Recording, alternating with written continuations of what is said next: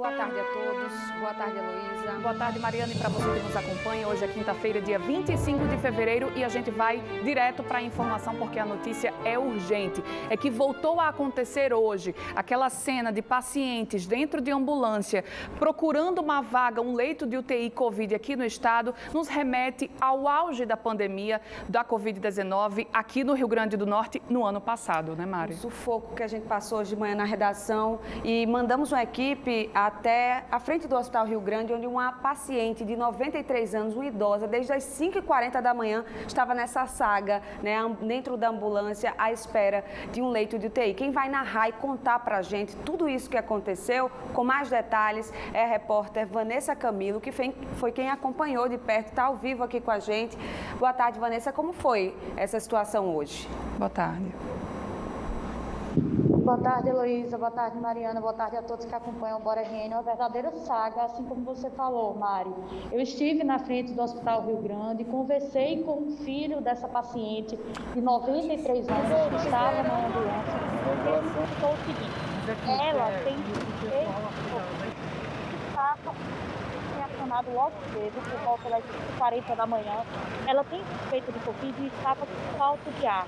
O SAMU foi até a casa dessa idosa, retirou ela de casa e estava em direção ao Hospital Rio Grande. Foi informado pela recepção que o hospital não teria condição de receber essa paciente. Eles ficaram na ambulância com a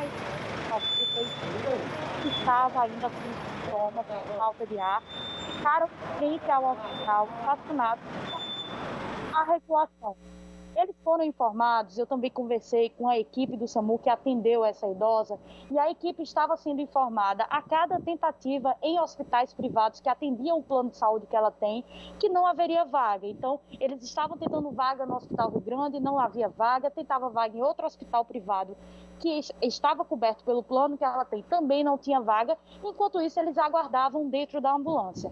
Só que, Maria Heloísa, esse período que ela estava lá dentro da ambulância com a equipe do SAMU, ela estava consumindo oxigênio. Então, os níveis de oxigênio dentro da viatura estavam diminuindo. Chegou uma hora que eles precisaram avisar a central do SAMU que o oxigênio estava próximo de acabar.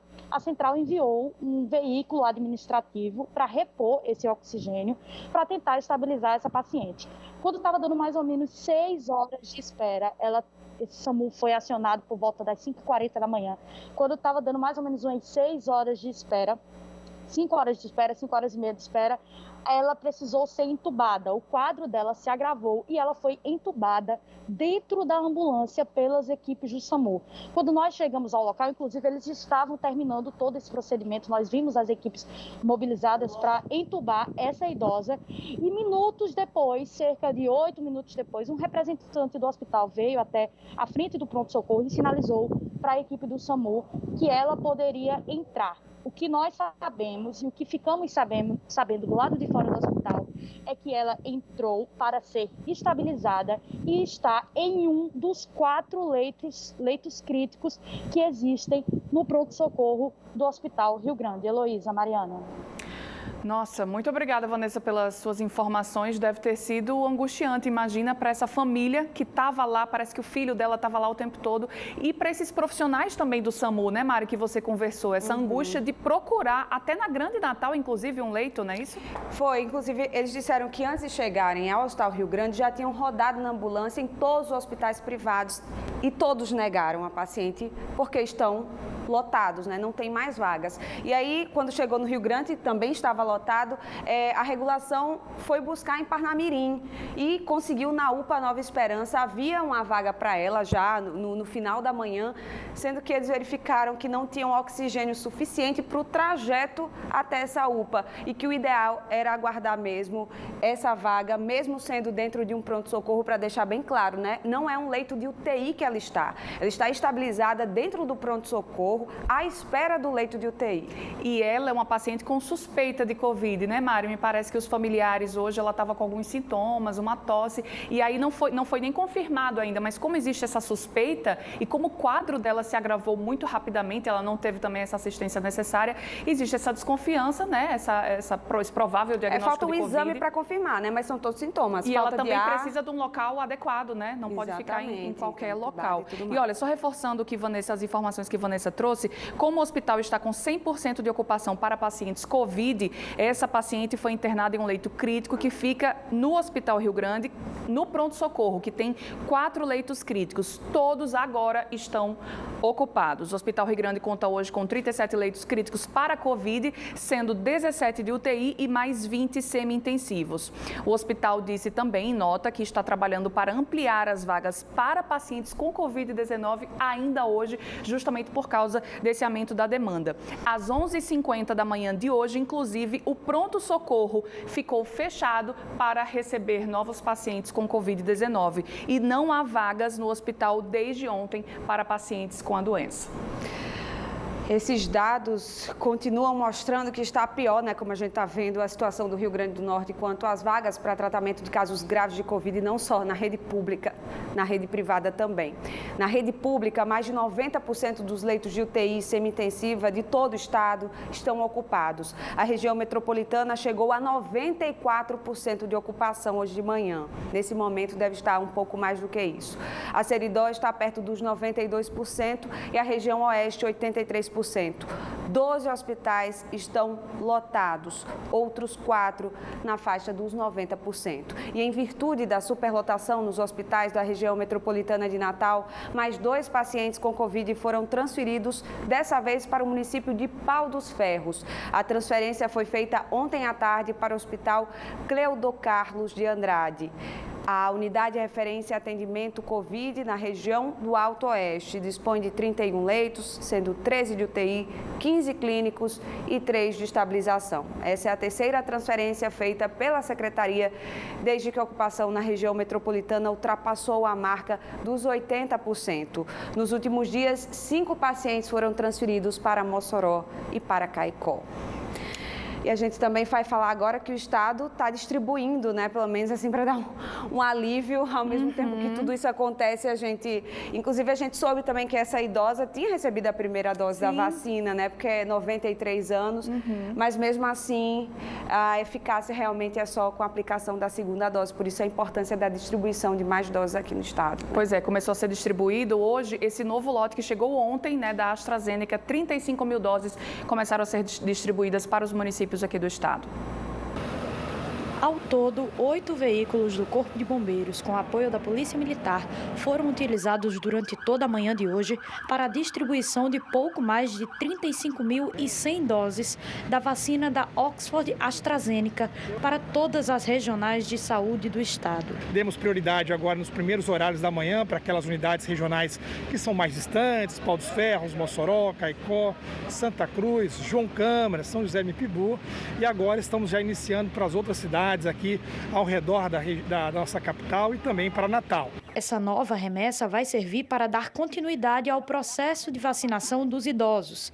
Cada município tem autonomia para elaborar um cronograma próprio, mas a expectativa da Secretaria é que a vacinação dos idosos com 80 anos ou mais seja concluída até o dia 16 de março. A ideia é que possamos imunizar e iniciar a imunização dos idosos através daquele escalonamento decrescente a partir de 80 anos até 89 anos, já que os idosos a partir de 90 já foram imunizados. Os municípios que não conseguiram completar todos os idosos a partir de 90 vão iniciar por esse e depois, de forma decrescente, irão para esse outro público de idosos dessa faixa etária. Outro grupo que será contemplado com essa nova remessa de vacinas é o da população indígena. Dados da Secretaria Estadual de Saúde mostram que o Rio Grande do Norte possui pouco mais de 6 mil indígenas em todo o território potiguar. Como o número de doses enviadas é praticamente a metade do que seria necessário para vacinar todo o grupo de indígenas, o Estado orienta que o processo de vacinação nesse grupo seja dividido em partes, iniciando com a imunização dos indígenas que possuem 75 anos ou mais. Deste modo, também a população indígena participará de um escalonamento, porque também não temos doses para todos os indígenas. Então, o escalonamento dos indígenas serão indígenas idosos, depois indígenas com comorbidades, até que a gente consiga avançar aí para sua completude, aguardando novas doses e disponibilizando todos os esforços para que as doses cheguem o mais breve possível nos territórios. As doses destinadas à população indígena ficarão nas regionais até que o Estado decida ainda hoje se a aplicação da vacina nas aldeias será conduzida pelo próprio Estado ou pelos municípios. O Estado esperava ter recebido ainda ontem um total de 54 mil doses, mas o lote da vacina Coronavac com 19 mil doses só deve chegar no meio da tarde de hoje aqui ao Estado e a distribuição aos municípios deve começar a ser feita amanhã. Segundo o governo, essas doses deverão ser destinadas aos idosos. Infelizmente, a gente tem notícias como essa que eu vou dizer agora. A Secretaria de Saúde do Rio Grande do Norte está averiguando uma situação que aconteceu em Jardim de Angicos. 124 doses que seriam destinadas para a segunda fase de vacinação de trabalhadores de saúde estão sendo analisadas por técnicos da CESAP depois que a câmara fria, onde as vacinas estavam armazenadas, parou de funcionar. O problema foi detectado por uma servidora de Jardim de Angicos que, ao entrar na sala de vacinas na segunda-feira após o carnaval, encontrou a câmara fria desligada. Por telefone, o secretário de saúde do município confirmou essas informações e disse que assim que percebeu a situação, a servidora transferiu as doses para uma geladeira e o caso foi comunicado à CESAP. Enquanto não há resultado da análise, as doses não serão utilizadas e o caso poderá ser investigado pelo Ministério Público. E olha, a segunda maior cidade do estado tem agora um novo decreto aí por causa da pandemia, com algumas novas restrições para estabelecimentos. E a repórter Ivanúcia Lopes, direto de Mossoró, é quem traz todas as informações. Olá, Mari. Oi, Elô. Essas medidas publicadas pela Prefeitura de Mossoró levam em consideração o aumento no número de casos de infecção pela Covid-19 aqui no estado. Elas foram discutidas pelo Comitê Covid aqui da cidade. O decreto regulamenta aí o funcionamento de bares, restaurantes e pizzarias que devem atender o público apenas até às 10 horas da noite. O decreto informa ainda que a venda de bebidas alcoólicas está proibida no horário das 10 da noite até às 6 horas da manhã, bem como o consumo nesses locais. O decreto, com o protocolo sanitário geral, é bastante extenso, mas reforça principalmente o uso obrigatório de máscara, bem como o uso de álcool gel e o distanciamento nos espaços públicos para evitar aglomerações. O decreto publicado pela Prefeitura de Mossoró traz ainda pontos bastante específicos, principalmente para bares, restaurantes, academias, funerárias, além de shoppings, lojas, supermercados e outras empresas, além daquelas que promovem festas e outros eventos na cidade. Igrejas e hotéis também devem seguir esse protocolo publicado no decreto pela Prefeitura de Mossoró. O decreto já está em vigor e vale aí por 14 dias. Com você, Mari, com você, Elô.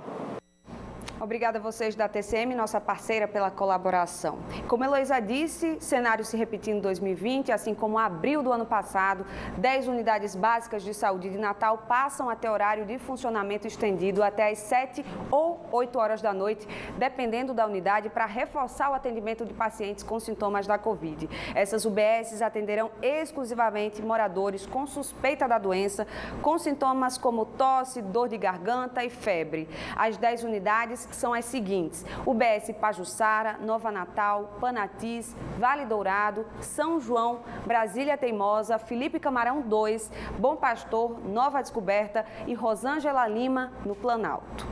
Agora a gente vai fazer o intervalo, respirar fundo, para na volta falar sobre as estreias no Campeonato Potiguar de Futebol. A gente volta já.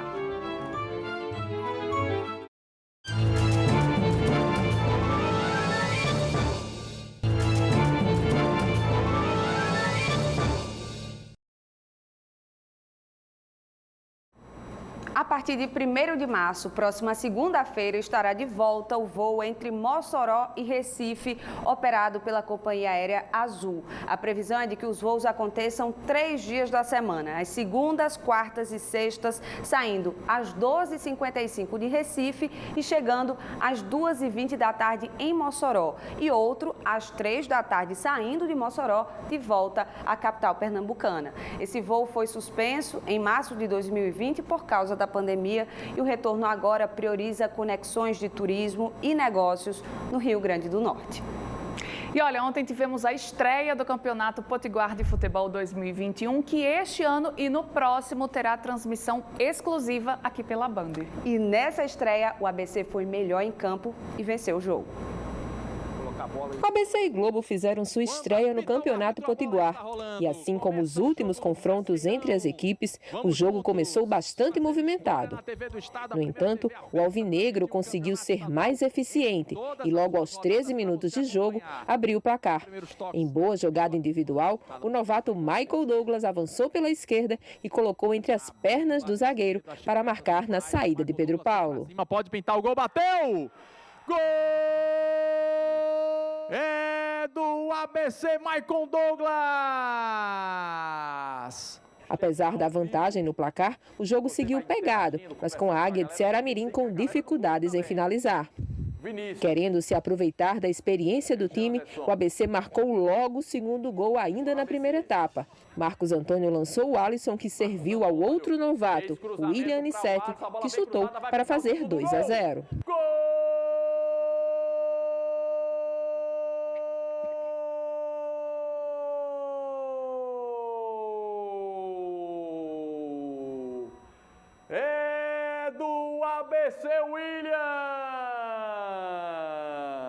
No segundo tempo, o jogo caiu de rendimento e os técnicos aproveitaram para fazer mudanças nos seus times. O ABC ainda criou oportunidades de marcar com Michael Douglas, que chutou para a boa defesa de Pedro Paulo. E com o Alisson, que perdeu uma chance incrível. Mas com as alterações, foi o Globo que levou o perigo ao goleiro Wellington, que acabou sendo decisivo para segurar o placar no Frasqueirão. Final de jogo, ABC 2, Globo 0. Eu acho que a nossa equipe ela sofreu um pouco pela falta de experiência. Um grupo jovem, em alguns momentos da partida, principalmente no primeiro tempo, a gente tomou 2 gols de muita falta de experiência. Né? Foi muito nítido. Né? Mas a produtividade, dentro do que a gente pensa para a equipe, né? Eu saio muito satisfeito. Né? Criamos, não é fácil vir aqui no Frasqueirão. Eu acho que a nossa equipe teve uma produtividade muito boa nas ações, principalmente no último terço do campo. Acho que a gente criou 4 ou 5 situações ali que poderíamos ter feito, né? Faltou um pouco de tranquilidade e competência para fazer o gol e buscar o resultado.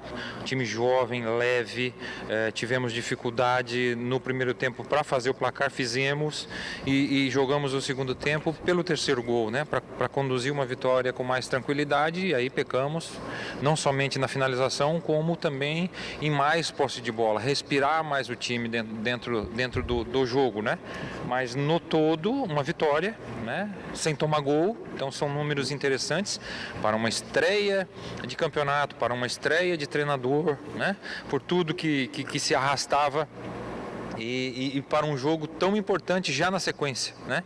Que é a estreia na Copa do Nordeste contra o Ceará. Então temos que comemorar o resultado. E o Santa Cruz venceu o Potiguar de Mossoró por 2-0 ontem no estádio Edgarzão. O mando de campo era da equipe moçoroense, mas a equipe não pode jogar no Nazarenão, pois ele continua interditado. A reportagem é de Ivanúcia Lopes. Potiguar e Santa Cruz fizeram um jogo bem abaixo tecnicamente. Na primeira etapa, as oportunidades foram poucas. Nesse lance aí, pelo lado direito, o lateral Ketson do Santa Cruz assustou o goleiro Roque. A resposta do time moçoroense veio com o Madison. Jefferson fez grande defesa.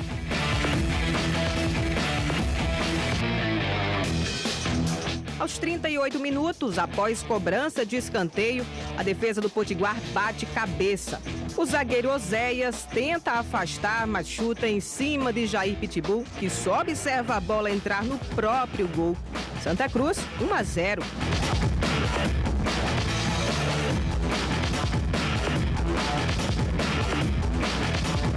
Na volta do intervalo, o técnico do Alvirrubro, Luiz Miguel, fez algumas mudanças e o Alvirrubro até tentou sair mais para o ataque.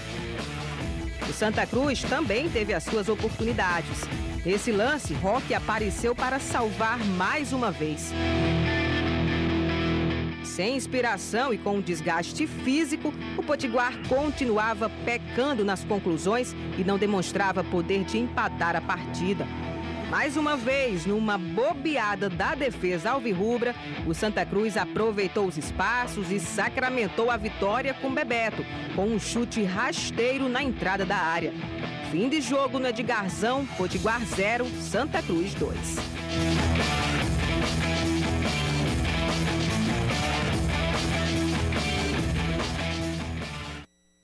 Tá aí, e hoje tem mais, viu? América e Força e Luz duelam na Arena das Dunas às 3 horas da tarde, com transmissão no canal do YouTube aqui da Band. E olha, antes de encerrar, a gente sempre faz esse alerta, né?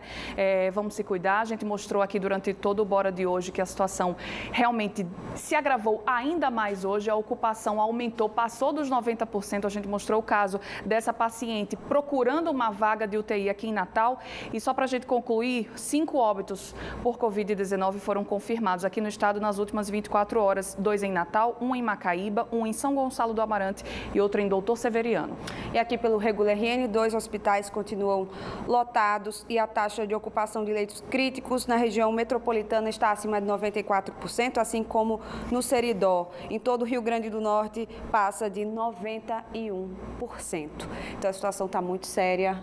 Vamos nos cuidar, ter mais consciência, né? Porque está muito difícil a situação. Assim a gente encerra o Bora RN de hoje. Esperamos vocês amanhã, às 12h20, aqui na tela da Band. Chega, eu fico nervosa.